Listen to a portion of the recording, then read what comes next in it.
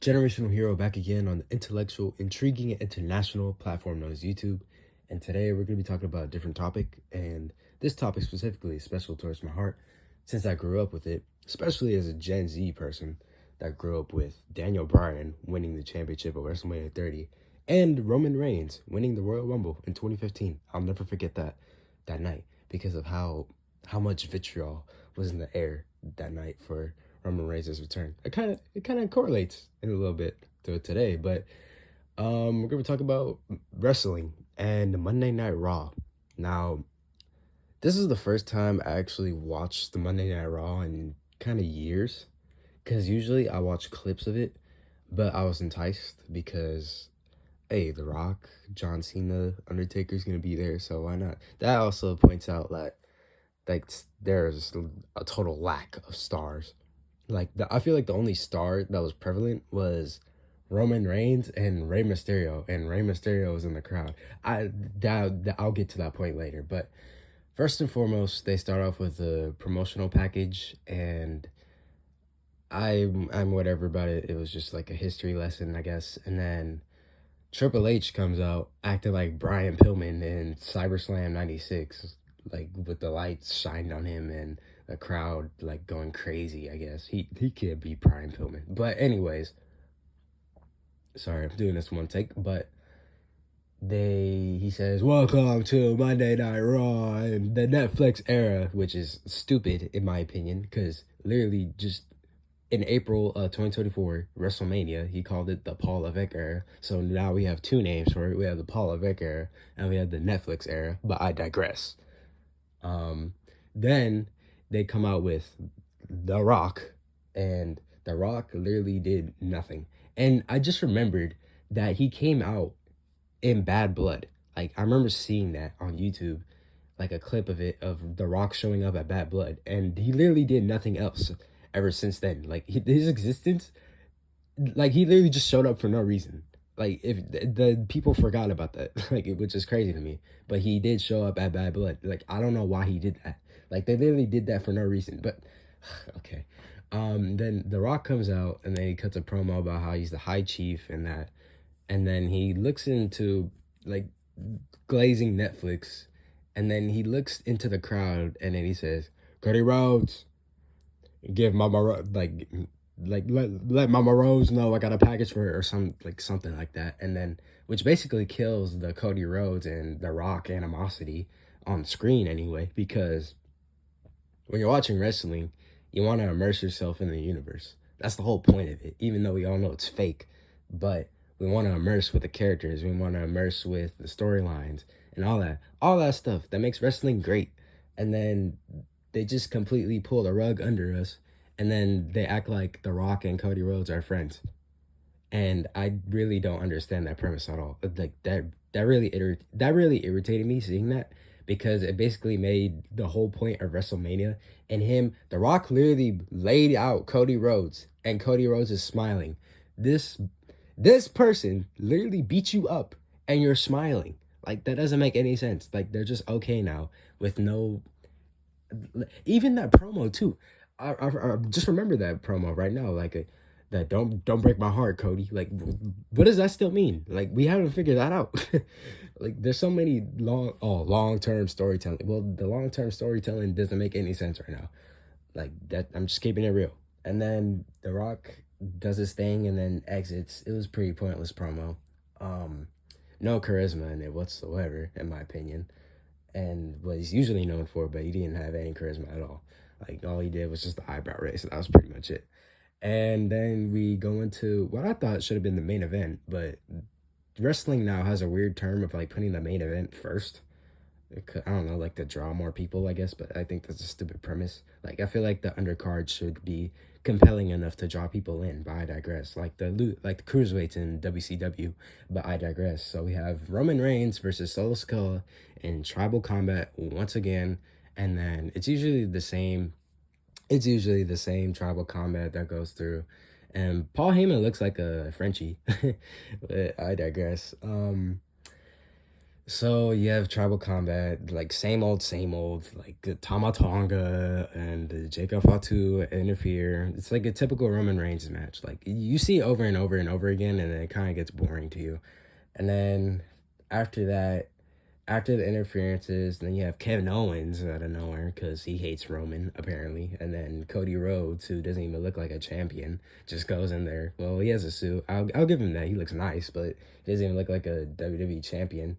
Like he's very small too, like compared to Roman Reigns, and then The Rock just outweighs Roman Reigns. But I digress.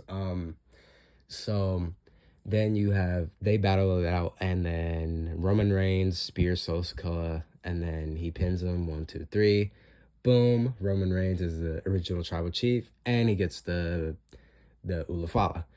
Now this this reminded me of how useless the WWE Championship seems. The WWE Championship played second fiddle to the Ulafala. The Ulafala means more than the WWE Championship. And the Ulafala means more to where The Rock is coming out. Granted, people can give them the benefit of the doubt, say that it's their heritage, but I digress. The Rock literally comes out to hand Roman Reigns the Ulafala. So the Ulafala triumphs the WWE Championship. That is crazy to me. That Ulafala, I'm repeating this one more time, Ulafala triumphs the WWE Championship. Like I can't fathom that anymore. And then afterwards, I didn't know what happened. Apparently John Cena came through, but I went to get a burger. So like I'm not gonna lie, like I felt like an American today. And then I came back, and then it was Liv Morgan versus Rhea Ripley.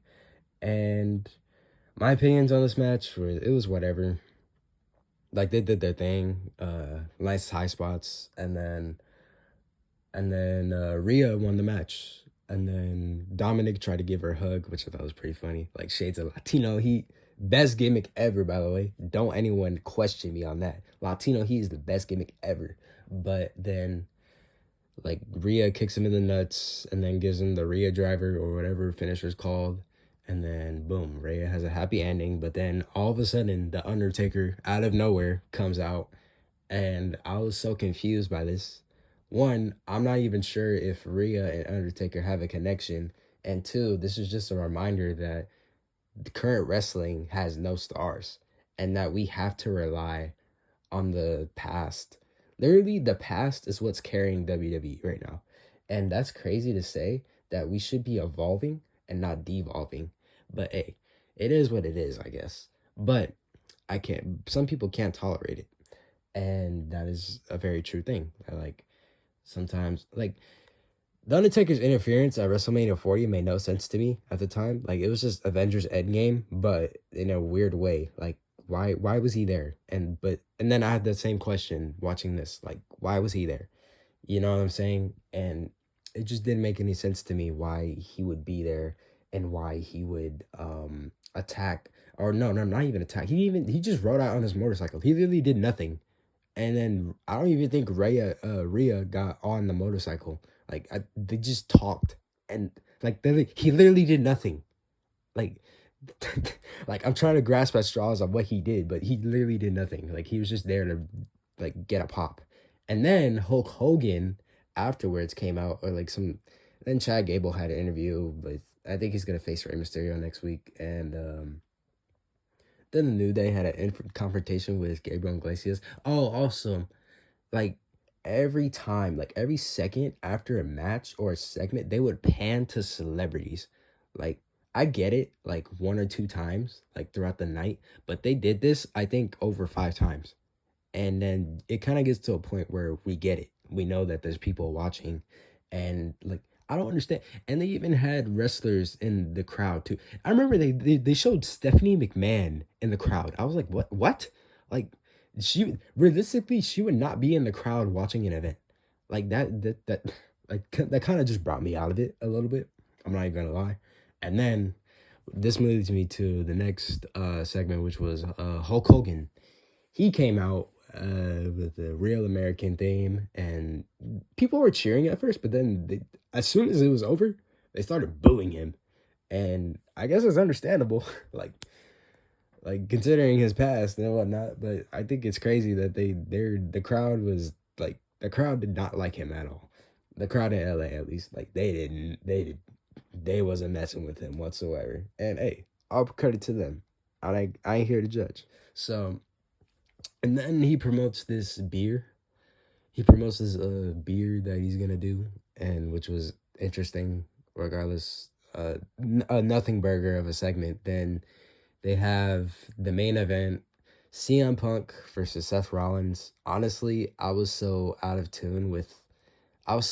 disgusted and out of tune with the product that I just turned it off. I didn't even want to see the match. I just watched my favorite movie instead, which is Natural Born Killers. That's the best movie of all time. Then I just turned that on because looking at wrestling today makes me very sad because it used to be great. We actually had like big stars such as Austin, Rock, Undertaker, Kane, in the mid card, and I wasn't even born that time, and I could realize that like I'm not in my mark phase anymore. Everybody has a mark phase, but I feel like well everyone's a mark, but like markish marks, if you catch my drift. Like people that like AEW, the work rate, yeah. And then look how good that's doing for them. And then they realize that viewership is at an all-time low in wrestling, period, and that wrestling can't draw like it used to. Like you'd have 8 million people tune in to see like Austin versus Rock. Like, and then look at us now. We have to rely on streaming services to carry the industry.